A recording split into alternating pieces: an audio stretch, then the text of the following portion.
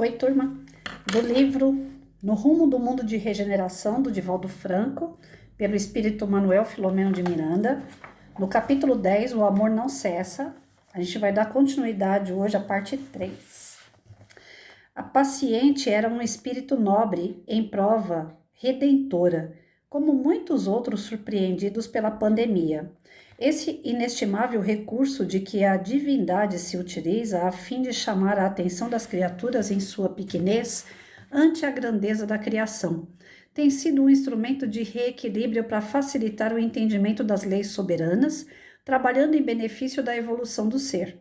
A transitoriedade do corpo tem que ceder ante a fatalidade imortal, por cujo mecanismo se atinge o ápice da plenitude. O desprezo dos valores ético-morais em benefício da corrupção interior através dos vícios e mecanismos dos duvidosos prazeres engendrou a proliferação do vírus, que geram as enfermidades diante das quais se dobram as mais perversas convicções incapazes de eliminá-los. Então, vamos lá. Por que o vírus nasceu? A gente fala, porque cientistas criaram no laboratório. Está provado que isso aconteceu. Ninguém foi responsabilizado até agora no momento, certo? Porque onde existe dinheiro e corrupção, não existe punição. Então, nós sabemos que o vírus nasceu em laboratório, ponto. Mas aí, isso faz parte do livre-arbítrio do homem, ok? Mas daí, vocês podem falar assim, cadê a providência de Deus? Por que Deus não impediu? Jesus dizia que o mal é necessário, mas ai daquele que comete o mal. Esse mal, que é o vírus, ele nasceu da ganância, da arrogância dos homens. Porém, só pegou o vírus quem realmente tinha que pegar. Deus não ia permitir que uma pessoa que não precisasse passar pelo perrengue, de um hospital, de insuficiência cardíaca, insuficiência respiratória, uma pessoa que não tivesse necessidade de sofrer, pegasse o vírus. Ou quem pegou e não tinha essa necessidade também sarou logo, sem sequela. Outros precisavam pegar e ter sequela. Cada um passou pela situação do vírus de uma forma diferente, de acordo com aquilo que plantou, colheu. E ele nasceu principalmente por conta do quê? Dos vícios humanos. A arrogância, a ganância do homem que criou o vírus, mas só proliferou porque nós somos o quê? Imperfeitos. Ao invés da gente desenvolver os princípios de valores morais, nós desenvolvemos outros completamente opostos, os vícios. E vendo que a sociedade, em geral, as populações do mundo inteiro, estava caindo em erro, é uma forma de frear, é uma forma de conter. Quando as pessoas ficam doentes, quando as pessoas veem os seus entes queridos doentes, todo mundo muda o comportamento. Pode entrar num hospital, e eu vi isso quando meu pai ficou internado.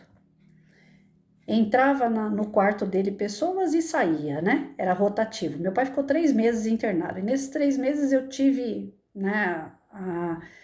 o conhecimento, a experiência com vários tipos de doente. E entrava aquele mais arrogante, aquele cara assim que achava que todo mundo que estava no hospital estava ali para servir ele. Enfermeiro, médico, então ele era um cara super arrogante. Quando ele entrava no apartamento, que ele tinha que ficar ali à mercê de enfermeiro, de médico, aos poucos aquela arrogância ia caindo. O senhor pode me levar no banheiro? O senhor pode me ajudar a levantar? O senhor pode me ajudar a cobrir? O senhor pode me ajudar a fazer xixi? A arrogância do homem cortava ali. Quando você pegava um cara que era humilde e entrava num quarto daquele, o cara se tornava mais humilde e mais solidário. Aí o cara vinha, a senhora tá precisando de alguma coisa? Olha, caiu aqui, eu vou pegar para você. Olha, você quer que eu toque a campainha? Quer que eu chame o enfermeiro para você?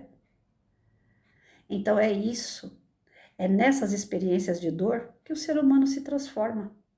Jesus falava, não vai pelo amor, vai pela dor.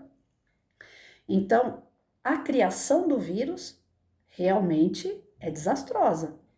Ai daquele que criou. Ele não vai ser condenado pela justiça dos homens, porque essa justiça praticamente, gente, não existe. Infelizmente, a justiça dos homens é terrivelmente nula. Ela não existe. É para inglês ver, como dizem por aí. Só pega quem realmente não tem que pegar. Um pai de família não justifica, não estou falando para ninguém sair por aí roubando maçã, mas um pai de família que vê teu filho passando fome e roubou uma maçã para dar pro teu filho, ele fica preso até morrer. Mas um cara que está na presidência, que deveria morrer dentro da cadeia, está lá na presidência. Ele saiu da cadeia e está na presidência do nosso país, para ver como é que é a nossa justiça. Então, não dá para acreditar na injustiça dos homens. Mas a justiça de Deus, ela não falha. E não tem essa dela tardar. Porque tem um ditado que fala, a justiça de Deus pode até tardar, mas não falha, né? Ela nem tarda. Ela é ali, ó, rigorosa. Tudo aquilo que se planta se colhe. Mas tudo, seja agora ou seja depois. Outro dia, um amigo meu pegou e mandou uma foto para mim e falou: Você lembra quando você mandou essa foto para mim? Eu falei: Meu Deus do céu, que foto ridícula. Mas eu me senti desse tamanhinho. Falei assim: Meu Deus, às vezes a gente não tem noção das bobagens que a gente faz. Eu falei: Eu te mandei uma foto quando eu tava com a cabeça virada. Impossível. Eu me senti tão envergonhada com uma foto tão idiota que eu mandei para ele. Então, você olha alguma coisa que você fez agora, nessa vida, alguns anos atrás, você já se envergonha. Imagina se você fosse ver tudo que você fez em outras encarnações. Como é que a gente ia se sentir? Graças ao bom Deus, a gente esquece das coisas que a gente faz. Ele dá a dádiva do esquecimento. E ainda tem gente que quer fazer regressão e saber do passado. Eu não quero, não. Se ainda hoje eu cometo um monte de gafe, imagine então lá atrás que eu ainda era mais imperfeita ainda. Não, não quero saber. Quero ir pagando as prestações, que Deus é tão generoso que Ele manda as contas pra gente, estilo Casas Bahia. A prestação a perder de vista. Ele não tem pressa de que a gente pague aquilo que deve. Ele só quer que a gente pague porque Ele quer que a gente cresça também. Não é pagar por castigo, é pagar para o nosso melhoramento, para nossa consciência espiritual e aprimoramento espiritual. Então, se Ele quer que eu melhore, não adianta nada eu ficar vendo o que eu fiz de errado lá atrás. O negócio é consertar daqui para frente. E às vezes Ele manda essas notícias através das pessoas. Ele fala: Olha aí, ó, besteira que você já fez. Cuidado para você não fazer de novo, né? Às vezes Ele coloca a mesma prova para você, através de uma outra pessoa, mas a mesma prova. Vamos ver se agora ela entendeu. Vamos ver se agora ela passa. E eu tenho para mim que todos os relacionamentos que eu tive, sem até o meu marido, né, que foi o relacionamento mais duradouro e mais feliz, eu creio que foi um acertinho de conta também. Do tipo, vai lá e faz o que você tem que fazer, né? Você errou com essa pessoa, conserta. Então, todos os relacionamentos que eu passei, eu tive que sair consertando o erro das pessoas. Eu tive que sair arrumando a vida das pessoas. E provavelmente isso aconteceu por quê? Não, Patrícia, você tem pé frio, né? A grosso modo, você tem pé frio. Você só arrumou um homem que não valia a pena. Todos valeram a pena. Todos eu paguei dívida. Eu tenho certeza disso. Todos que eu ajeitei a vida, eu falei: agora, do mesmo jeito que eu causei dano lá atrás, agora eu vim e acertei. Esses aí eu não passo mais. A única coisa que eu não passei na prova com todos os relacionamentos é que eu me estourava. Chegava no momento de ter paciência, tolerância, né? Manter um equilíbrio no relacionamento. Não, Patrícia, pavio curto, pá, estourava. Então, eu ainda acho que vou passar por mais uma única e última experiência daqui até o finalzinho da minha vida. Eu ainda acredito que vai vir mais um, para ver se eu fico quieta na hora que a bomba estoura. Para ver se eu consigo passar nessa parte da paciência e tolerância. Eu ainda acho que vai vir mais uma provinha aí. Não sei quando, não sei como, mas eu ainda acredito lá no meu íntimo que ainda vai vir. Porque tudo aquilo que a gente planta, a gente colhe. E a gente não colhe de quem a gente plantou ali. A gente colhe do outro lado. A gente fala assim: eu fiz mal aqui pro meu vizinho, então eu vou colher do meu vizinho? Pode ser que não. Pode ser que seu vizinho já tenha fechado o ciclo ali com você. Mas você vai colher ali na frente, com outro vizinho, com outra pessoa, com o irmão, com o pai, com, sei lá, com o marido. A gente não precisa colher exatamente da mesma pessoa, porque a questão não é pessoal. Nós somos espíritos, nós não estamos, como que é? Nós estamos na carne, nós não somos da carne. Então, todos que estão em nossa volta estão no mesmo naipe que nós estamos todos aqui para aprender. Não importa com quem atravessa o nosso caminho. São papéis. Hoje, quem é meu filho, numa outra vida pode ter sido meu pai, numa outra vida pode ter sido um amigo de jornada apenas. Não existe aquela coisa assim, o que é meu filho hoje é meu filho a vida inteira e sempre foi, desde os primórdios. Não. Os papéis mudam, as pessoas mudam, mas é para que os ensinamentos através delas venham até nós para fazer com que a gente cresça. Então as pessoas têm tempo para passar na vida da gente e os tempos se fecham em ciclos. Fechou aquele ciclo ali, talvez você nunca mais veja aquela pessoa. Mas o que ela te ensinou ou o que você errou, aquilo ali, o ensinamento, ele vai voltar. Então, naquele ciclo ali com aquela pessoa, você não foi tolerante, então esse ciclo vai se repetir com uma outra pessoa, não precisa ser com aquela mesma. E isso prova o quanto que Deus é maravilhoso. Porque pensa, se você já errou com a pessoa, aí você retorna com aquela mesma pessoa sempre, o erro vai ser sempre. Porque às vezes aquela pessoa também não te perdoou, aquela pessoa também tem um certo, problema com você. Aí a coisa não anda. Então Deus vai te dando outras oportunidades. Então com aquela pessoa você não teve tolerância, tenta com aquela outra. Aprendeu tolerância com aquela outra lá? Então agora você pode voltar nessa daqui. Então os papéis vão mudando de encarnação para encarnação. Alguns momentos você vai rever aqueles espíritos, sabe? Quando você encontra alguém na rua e fala, nossa, não sei de onde, mas eu conheço aquela pessoa. Pois é isso aí. Então, em alguns momentos você pode reencontrar, outras vezes não. Talvez aquela pessoa nunca mais vai passar na tua frente, porque ela está em outra equipe de espíritos, ela está em outro grau de evolução. Você pode crescer mais, ou você pode ficar e ela crescer mais. A nossa vida é assim, ela é dinâmica, graças a Deus, né? Então, aqui nesse pedaço, quando ele fala que o vírus foi permitido a criação, mas foi permitido justamente para dar uma parada nas pessoas, na questão dos vícios, que nós estamos vivendo num momento de muita promiscuidade, muito, tudo eu posso, um momento de direitos. E os deveres, gente, onde é que fica? Por isso que ele está falando aqui que o desprezo pelos valores morais, ético-morais, estão passando dos limites. Poxa, num governo passado aí, que infelizmente está aí de novo, os caras iam pra rua falar que estavam fazendo protesto, enfiando crucifixo lá né? Vocês estão me entendendo? No meio da rua. Professora, que se diz professora, porque não é professora, é um troço daquele, fazendo xixi no meio da rua, falando que estava fazendo protesto. Então, quando você pega os carnavais aí, os caras se vestindo de diabo e arrastando Jesus na avenida, oh, carnaval é visto pelo mundo inteiro. Aqui no Brasil a gente é conhecido pelo carnaval, pelo aliciamento de menor, pelas drogas, pela prostituição. Pergunta lá fora, como é que é o Brasil? Praia, samba, carnaval, mulher, criança, que agora eles estão pegando criança também. Olha a imagem que as pessoas têm do Brasil. E aqui é para ser pátria do Evangelho, coração do mundo. E nós estamos nesse pé. Então vai ser puxado nossa orelha até não querer mais. Toma jeito, povo.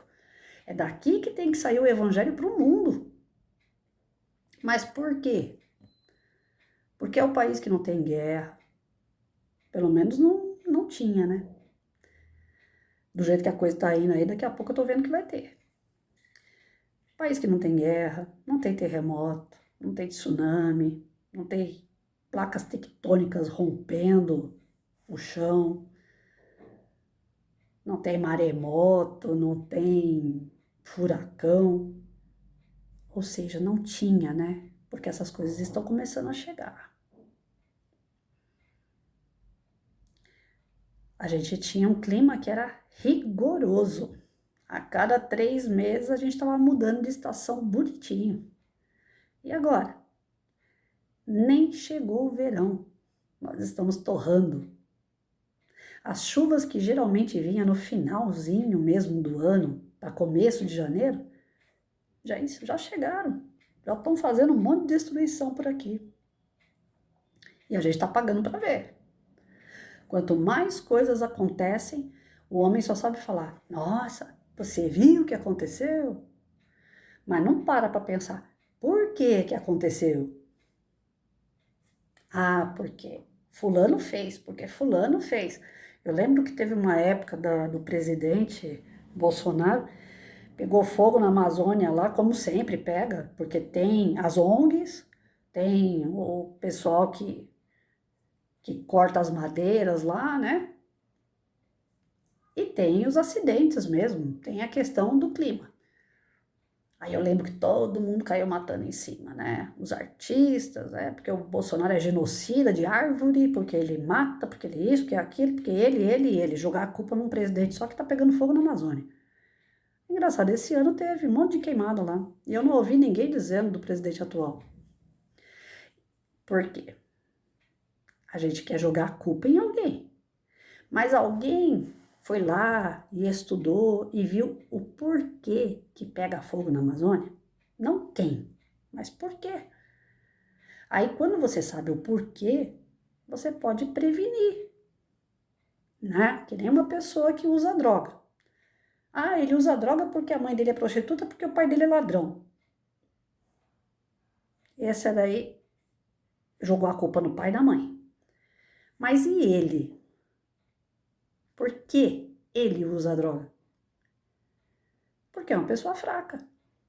Porque é uma pessoa que se sente menor do que os outros, porque é uma pessoa que não trabalha autoestima, porque é uma pessoa solitária, porque é uma pessoa que se acha impotente, incapaz.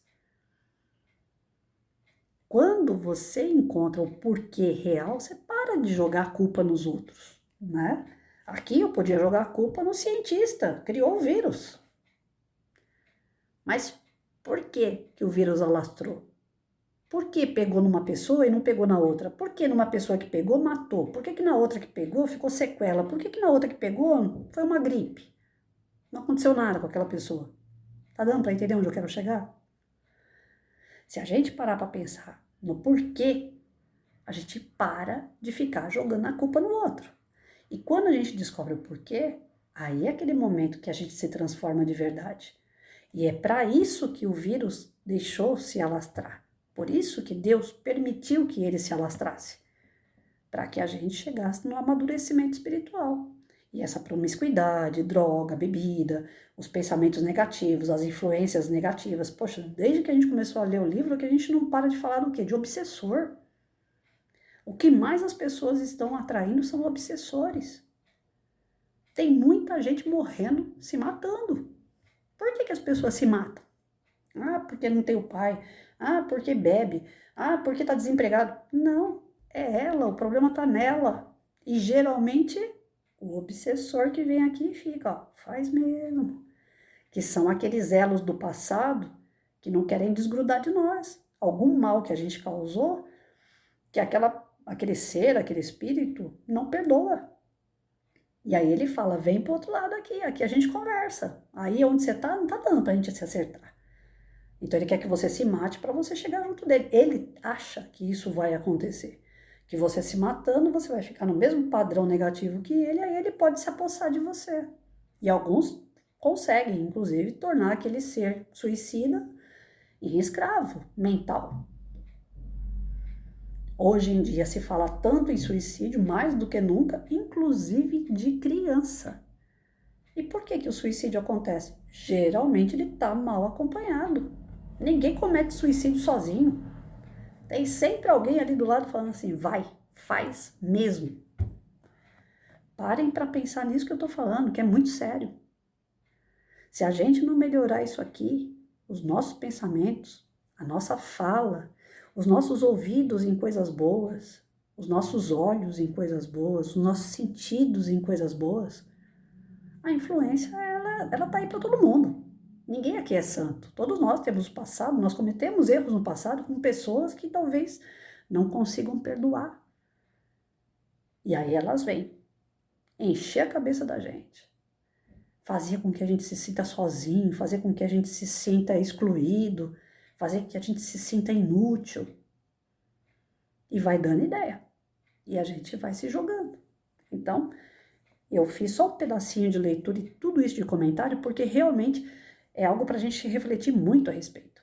Né? Na época que estourou esse vírus, eu falei, poxa, mas Deus não está vendo essas coisas? Aí eu pensei assim, mas será que Deus não está vendo essas coisas? Não consegue impedir que um homem faça um absurdo desse? Mas não, precisa de um absurdo desse para barrar o absurdo que nós vivemos no nosso dia a dia e nem percebemos, porque se torna corriqueiro.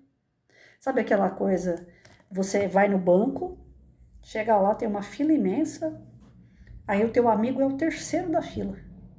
Você olha para aquela fila todinha, em vez de você ir lá e cumprimentar teu amigo e ir lá para o final da fila, não, para você é a coisa mais natural do mundo, você vê seu amigo lá, você chega lá, encosta nele e já furou a fila de 30 pessoas que estavam ali. Porque o seu amigo estava ali. A gente faz as coisas e a gente nem percebe. Está sendo tão natural fazer coisa errada que a gente nem percebe que é errado. E o valor ético, moral nesse momento? De falar, não, peraí, esse é meu amigo, eu vou cumprimentar ele, lógico. Mas eu tenho que respeitar as 30 pessoas que estão na fila? Onde já se viu? Meu amigo não é o dono da fila. E sabe esse cara que furou a fila do banco? É o mesmo cara que furou a fila da merenda na escola quando tinha 6 anos de idade. Ele aprendeu a furar a fila. Para ele aquilo é certo. Ele não tem peso na consciência. O cara que criou o vírus, ele ganhou muito para isso, em dinheiro. Para ele o que vale é só o dinheiro. Ele não tem a consciência do que ele está fazendo. Ele sabe que vai matar um monte de gente. Mas o valor ético ele não tem. Então, para ele, o valor que ele tem ali, qual é? O materialismo. Dinheiro. Tá me dando dinheiro? Eu crio até um elefante colorido aqui. Não é à toa que o Einstein criou a bomba atômica. Porém, ele pegou a receita e guardou na gaveta e trancou. Porque bateu o valor ético moral no Einstein quando ele falou, não, se eu passar essa receita adiante, eu vou matar muita gente ao mesmo tempo. A ideia era só estourar o núcleo do átomo. Ele queria ver a menor partícula do átomo. Era só isso. Ele queria chegar aonde nós, espíritas, chegamos, na energia. Ele queria provar que a vida é movida por energia e não por matéria, que o átomo ainda era uma matéria. Ele queria estourar aquele átomo até ver o início do início do início de tudo. Ele queria chegar onde Deus chegou, na criação. Só que aí ele percebeu que com aquele estouro de átomo, ele podia matar muita gente com a bomba nuclear. Aí ele guardou aquela receita. Aí veio o outro cara, até saiu o filme dele esses dias na Netflix lá, eu esqueci o nome, que é o nome mais complicado de falar. Steinegger, sei lá. Eu não vou saber falar o nome do homem, não. Mas saiu um filme esses dias na Netflix, falando sobre o cara que pegou a receita do Einstein e transformou a bomba nuclear e estourou Hiroshima e Nagasaki numa vez só. 2 cidades japonesas, foi pro ar. Naquele momento que o cara pegou a bomba nuclear e desenvolveu ela, ele estava pensando nas pessoas, ele sabia que podia matar pessoas. Ele estava pensando na fama dele. Ele estava pensando na posição social, na posição econômica dele, quanto dinheiro ele ia ganhar. Ética, moral, nenhuma. Dane-se, eu passo por cima de todo mundo para eu ser o bambambam da história. E realmente ele fez história, mas de uma forma totalmente negativa. E ele pagou um preço muito alto antes de morrer, né? Porque ele foi perseguido, ele foi ameaçado à prisão, porque os governantes da época tiraram o corpo fora. Olha, nós não temos nada a ver com isso, foi ele que criou. Foi ele que errou, os cálculos foi dele. Olha só como é que são as coisas, tá vendo? Amanhã a gente vai continuar, gente. Mas que o vírus não veio à toa, isso é fato. Todos nós tínhamos que aprender com ele a ser melhores, solidários, menos egoístas, promíscuos, né? Que a gente se tornasse espíritos um pouco mais elevados. Será que isso aconteceu? Eu ainda fico pensando sobre isso. Fiquem com Deus aí, até amanhã.